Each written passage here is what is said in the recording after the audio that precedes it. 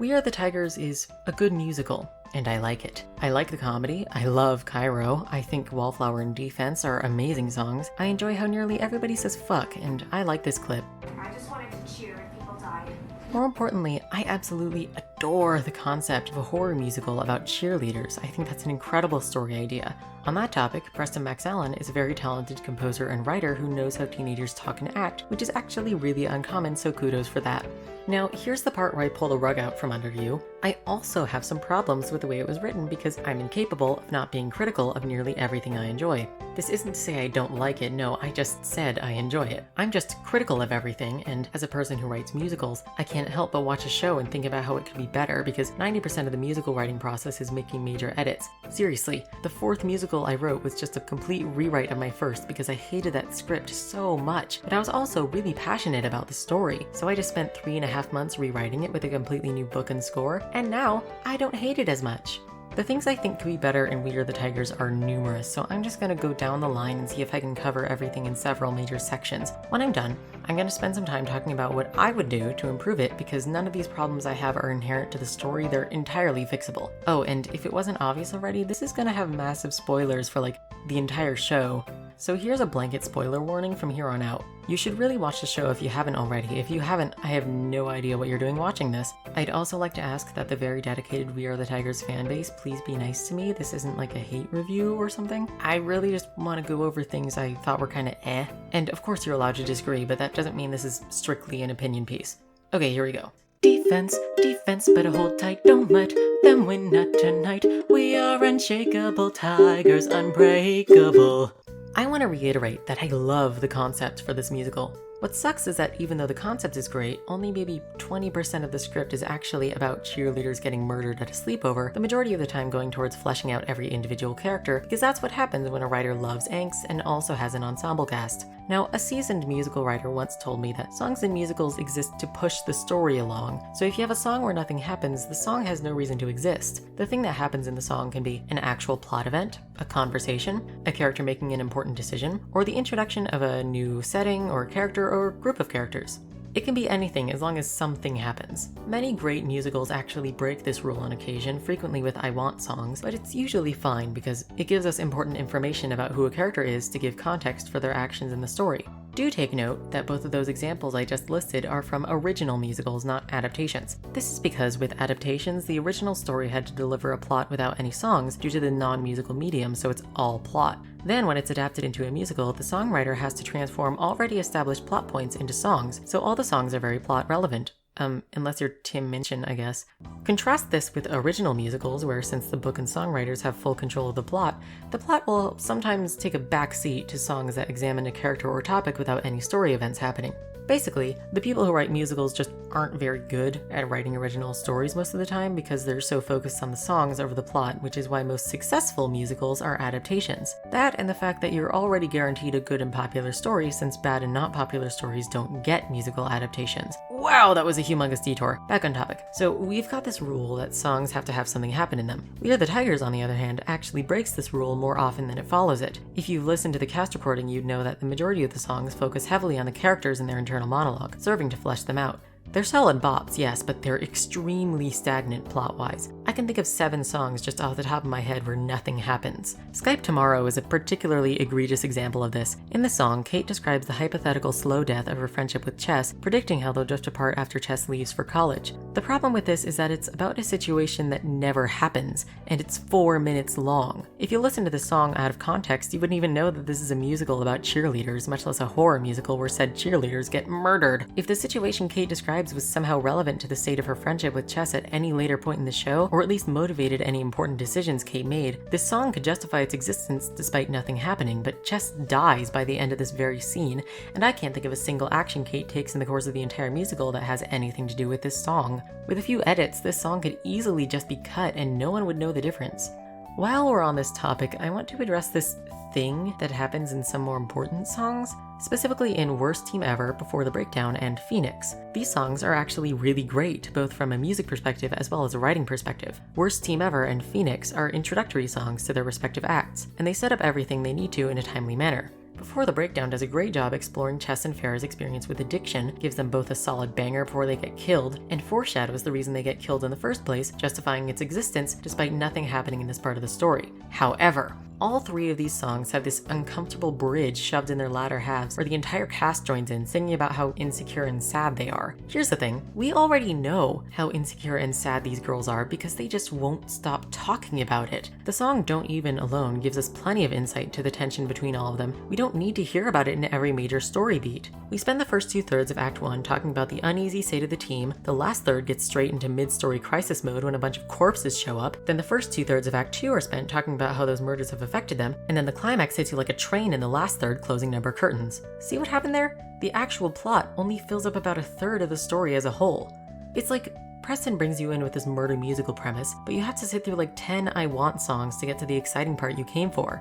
I know a lot of people actually really like how fleshed out the characters are, and I do too, but you don't need to put the entire story on the back burner to flesh them out. You can flesh characters out by having them participate in the story, explain their motivations as it's relevant to their actions, and by the end, they'll have been forced to grow and change as a direct result of their participation in the plot. How do you think non-musical stories flesh out their casts without having the characters putting everything on hold to sing about how interesting they are? These long beats of introspection need to be justified by being relevant to the things the characters do in the plot rather than what already happened to them. But they don't have time to do things because once they're done introspecting, it cuts to the next scene so another character can introspect, and then it needs to squeeze the whole murder thing into the last 20 minutes of Act 1. For God's sake, it's a musical about murder, it's 2 hours long, and we only get 20 minutes of murder plot? Preston, your characters are very interesting, so how about you show me how interesting they are by having them do interesting things and push the story along? Your characters would be even more fleshed out by moving through their arcs in real time, and I wouldn't be spending both acts just waiting for Cairo to come and save us by making the plot happen wherever she goes. I'm not even kidding, the climaxes in both acts are largely driven by her. I love her so much. Oh, it's a one night in a lifetime, but it's been a lifetime waiting for the nighttime. Could the right time be right now? Did you know that there's a man in this show? I know, right? And he's actually like a fun character who is nice. Yeah, so Anley, resident insufferable Christian girl who's probably the funniest character in the show, has a boyfriend named Clark, played by Lewis Griffin, who breaks into the sleepover to see Anley, where they have a hilarious duet about really wanting to bang but hold on, gotta save room for Jesus. The next time we see Clark, he walks in on another girl discovering a dead cheerleader's corpse, cause oh right, this is a show about murder. He scares the crap out of her so bad that she accidentally kills him. That's right, Lewis Griffin is only alive for a single duet, then immediately dies the next time he shows up. He appears as some mental projection ghost thing in Act 2, giving backup vocals for 2 songs, but other than that, the guy's done. Clark is a weird character because I really want him to have a justified existence, but he just doesn't. Because what happens with him is so specific and out of nowhere, there was a point where I sat back and kind of reverse engineered how his story thread came to be. Watch this. Preston needed Clark to exist so he could have that great duet and establish what Anley has to lose, but he also needed him to die so Anley would be isolated in Act 2. Problem: he has no reason to be targeted by the murderer. Solution: he gets killed on accident by a different girl. New problem: he has to give money to an actor to sing one duet and then die. New solution: whatever, who cares, making him a singing ghost for a few scenes. Now, hear me out. What if Clark was in the cheer squad? What if he was there from the beginning? He could interact with people other than Anley, he could have a personality outside of Anley, calm down! and the audience would actually care about him and thus his death. Or maybe he doesn't even die at all, and Anley gets to have some emotional support in the second act. Wow, that sounds like it has a lot of potential. Too bad it doesn't happen. Yeah, so as of time of writing, Clark exists in this weird limbo between needs an actor to play him and has no reason to exist, even though it'd be really easy to pull him out of it if Preston could just choose if he's important or not. Weirdly enough, the show's protagonist Riley is actually in a similar boat somehow. As you've probably figured out by now, this is a show with an ensemble cast. Most characters are given roughly equal narrative significance, which is fine, it works. But looking at the story as a whole, it seems to have a de facto protagonist in Riley, the captain of the cheer squad. We know this because she sings the opening number, takes leading initiative in all her scenes, etc. Most ensemble casts usually have a protagonist among them, so this is to be suspected. Unfortunately for her protagonistiness, Riley is also the killer, with a very believable motive as well as a thrilling, if not contrived, reveal in the climax. She's got personality, she's got tension, she's got it all. However, because her being the killer is major hush-hush, it feels like the story purposefully puts her on the sidelines for the bulk of the plot. We can't see what Riley's doing for half of Act 1 because she's doing murdery things in that time, so we need to instead fill that time with ensemble angst. Okay, that makes sense, I guess. In Act 2 though, she should be fine because the murder stuff's all over, so we can finally put some focus on her, right? No, that's not what happens. In Act 2, she leads an introductory number which she shares with the whole cast, then is just kind of forgotten about until the climax. Needless to say, this is a weird way to write a protagonist, even in a show with an ensemble cast. Like Clark, Riley exists in an importance limbo, where she can't be a good protagonist because that requires spoiling who the killer is, but she is the protagonist, so the expectations that come with that role naturally follow, even though she can't meet them. The solution here is simple, really, just make Riley not the protagonist. Heck, Cairo would make a much better protagonist, and she's someone who could actually be narratively followed. She already serves as a catalyst to the plot whenever she's on stage, why not give her the perspective to go with it? Riley just needs to be more of a supporting leader. She needs to drop the motif ballads and introductory numbers she gets, because that sets up for the audience to think that this is a story about her, but it's not about her. If it was, her killer status wouldn't be a surprise. I could get into Ava's character and her incredibly lacking presence in Act 1, but I honestly think her performance in Act 2 makes up for it. She's just great. Speaking of Act 2, This time I will be stronger. This time I last longer. This time I won't waste a day.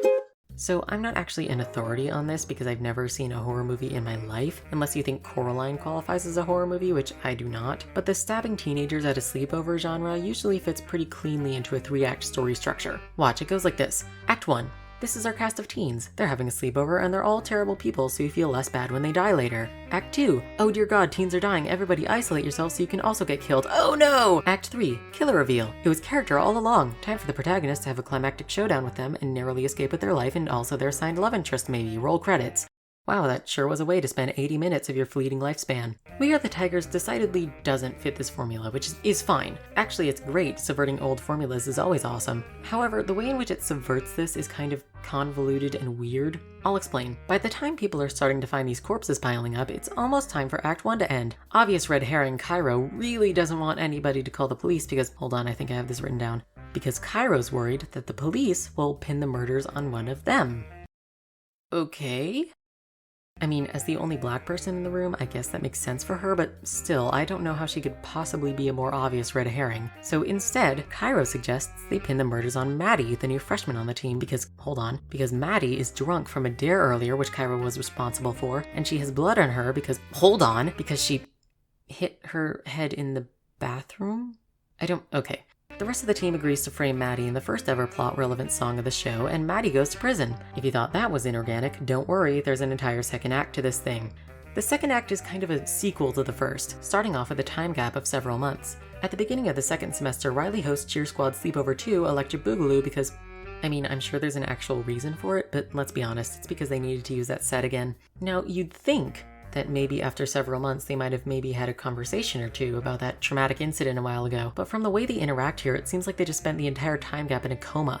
Riley is like, hey, let's do cheer things, and Kate immediately snaps at her for pretending like everything is fine, says she's gonna call the police. Wait, now you wanna call the police? Then storms out to have a grief duet with Anley. We're only like 10 minutes in, and every character has just stopped acting like an actual person. They're just saying and doing what the script requires they do to get from introspective song A to introspective song B. Later, Riley's like, sorry guys, you can all go home. I don't want you all to fight, even though I'm kind of surprised it took you this long. But first, let's go get some ice down in the basement. What? Oh no, we're all in the basement now and the door is locked and the Wi-Fi is down. Oh no, we better take this time to talk about our issues, and by talk about our issues, I mean spend 3 minutes blaming everybody except for me for the murders. Yes, even the people who died. What the hell is going on? This entire sequence of events is so contrived, it seems like Preston just knew exactly what he wanted the climax to look like, and they made the script bend over backwards to reach that scenario without any consideration of what these characters would actually do in this situation. Why are they fighting now? Have they not talked about this? This massive series of conflicts between everybody realistically would have happened maybe 2 minutes after Act 1 ended, not an entire semester later. At the end of the show, Anley says she's going to grief counseling. Did she not go to grief counseling before? Why did Riley host the sleepover? They could easily practice their routines at school, something we actually see them do in the closing number, but Riley just decided that she needed to lock everybody in her basement to do that when she had a perfect opportunity to abandon the sleepover and get to work at school the next day.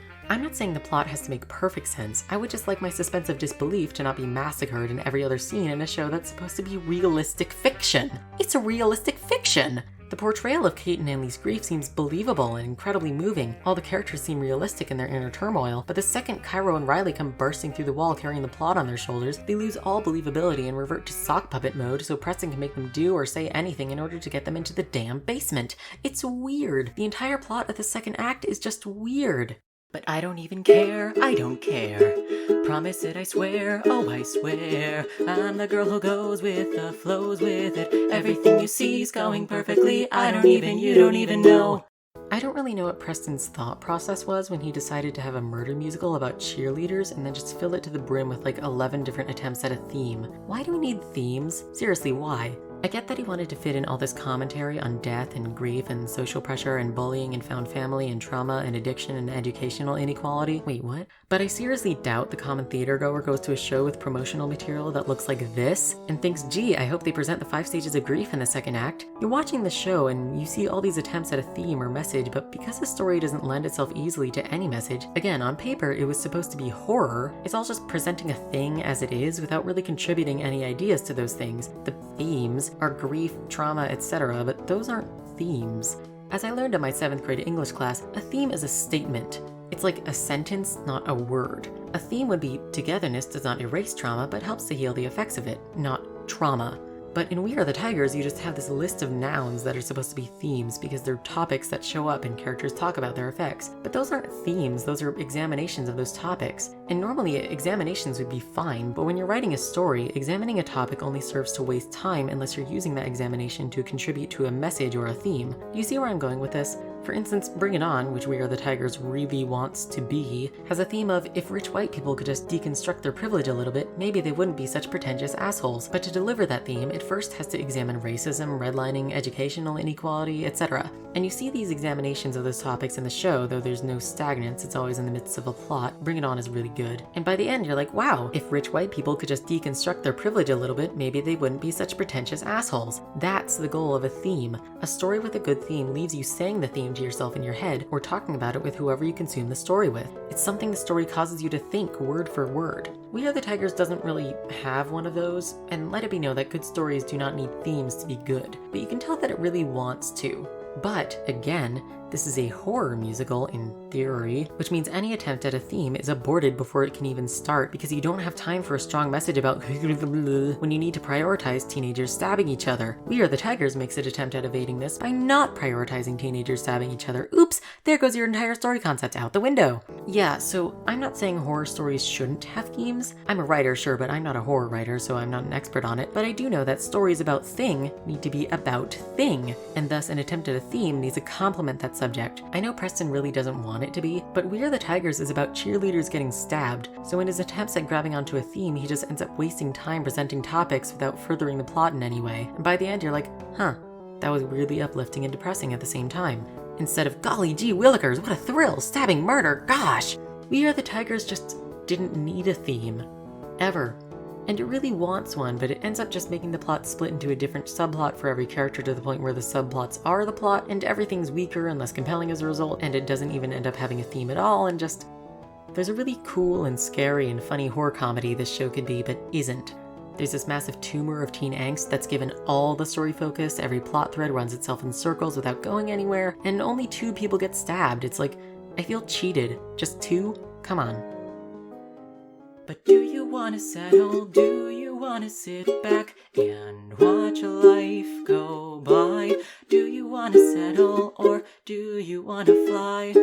As I said in the intro, We Are the Tigers is a story I do genuinely like. It makes for a good night of theater, warts and all. But there's this really awesome show it could be, just from the premise alone, and I really want this analysis to be constructive and educational by the end, not just for any people out there with a story they want to write, but also for Mr. Preston Max Allen, because I really like his show and I want it to be good. So I'm going to take some time to tell you how I would rewrite this thing with all my critiques in mind. When I'm done, it'll probably feel like I've made a hypothetical show that's almost unrecognizable from the current state of We Are the Tigers, but I don't know, tough shit. Okay, so here's all the changes that would be made for my ideal version of We Are the Tigers, the musical about cheerleaders getting stabbed. 1. Make it a 1-act. The second act is way too weird and contrived, we just need to make the whole thing about the murders at the sleepover and save the grief for the falling action. 2. Include Clark and Ava in the cheer squad from the very beginning. They're delightful, I want more of them, there's no reason not to use them more. In addition, Maddie needs to have more time to be adorable and freshman-y because it sharply contrasts the absurdity of the established team. She's new, so she's normal, which makes everyone else seem weird by comparison, which makes the audience laugh. 3. Keep the ensemble cast but make Cairo the protagonist, since she can actually be followed in the narrative for more than 5 minutes and is just more fun and generally protagonist-y. A corollary to this, make Cairo the captain with Riley as her second-in-command Lancer. This would actually make Riley more interesting and convincing as the killer since she'd have a kind of Starscream-esque ambition, exaggerated by her second-to-top banana status. She cares about the team even more than Cairo, which is only elevated by the fact that Cairo is captain and not her. We also have the added bonus of a best friend betrayal, and those are always so good. 4. This is more of a small-scale thing, but the ship teasing with Chess and Kate needs to either be cut or properly deconstructed, because as of now, it's only presented with members of the team straight up harassing Chess and Kate about it, and since they never get to really defend themselves without immediately getting shut down, it comes off as weirdly homophobic because they really are just friends. Insisting that close friends of the same gender are gay by default directly contributes to homophobic bullying that kids in real life get, and that's just no good and definitely not what Alan is going for. It's not a joke, condemn it, or cut it. 5. Riley's list of victims needs to be more generous. Chess and Farrah humiliated them online, it's stabby o'clock. Clark is distracting Anley with his heterosexual wiles, Clark meet knife. Kate shows zero enthusiasm, active disdain for the team, and has frequent conflicts with Captain Cairo. Yes, we can fill you in for a stabbing at 3. That's double the murder for half the stage time right off the bat. And it gets better. How about a third act killer reveal where instead of Riley just telling everybody she's the killer for no reason other than Riley is finally caught in the act with her final attempt, Captain Cairo herself, with the motive of wanting to take the role of captain out from under her. Her ambition has become hubris, and with hubris comes her downfall. 6. No more themes. Just stop with the themes. Teen angst needs to be limited to the tension within the team in order to make it more powerful when they finally come together despite their differences to take Riley down in the climax. 7. On that topic, songs need to be about the plot. Things need to happen. They need to meet up, split up, have arguments, isolate themselves, get stabbed, share information, work together, get sabotaged by the incognito killer, story. The plot needs to be prioritized above the angst, and the angst needs to exclusively serve the plot. 8. Move On is so good. And for that reason, I think it needs to be the closing number. I just think that'd be neat, and it'd give all the dead guys one last hurrah with their living teammates before the curtains close. We could even get a mashup with some of the current finale. I don't know, that'd be cool. I think that's it, actually. That's my top tier hypothetical rewrite of We Are the Tigers. Of course, I'd keep all the jokes, the characters, all the things I loved about it. It's just filling the empty cardboard box that is the show with something fun, scary, and memorable. Promise that you won't forget me.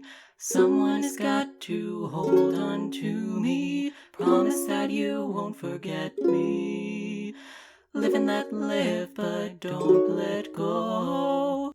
I like it. I've said this like a gajillion times, but I need to make it clear that I really like this show. My problems with it are numerous, sure, and I've pretty much ripped it to shreds at this point, but I still like it because despite all my criticisms, We Are the Tigers is just fun. At the end of the day, this is a show that has boundless potential to be a stupendous horror comedy that just fell flat with teen angst, a confused plot, and some characters that make you go, why are you here? The comedy, among other things, is absolutely top-notch, and it saves the show from being a total flop, but comedy can't serve as life support for a weak story. It's so close to being this spectacle of horror and comedy wrapped up in a cheer squad package, but it misses the mark. Like, the dart isn't even hitting the board yet, but it could. It really could. I could rate it some arbitrary number out of 10, but you can't quantify this stuff. You can only ever identify what's wrong with the work and speculate on the potential it has. Musicals are unique to this in that writers can actually utilize criticism and rework elements of the show in future workshops. Heck, even shows on Broadway get edited from time to time. And I'm not claiming to be the omniscient goddess of how to write a good musical. I'm nowhere near qualified enough to act superior in any way, but that doesn't mean I don't know what I'm talking about. I've received my share of criticism, taken a few classes, written a few musicals, and read a lot of TV tropes. So no, I don't have the formula for a perfect musical. I just know that this show could be a lot better, I know how I'd improve it, and I care about it enough to go on for 5,500 words to properly express that.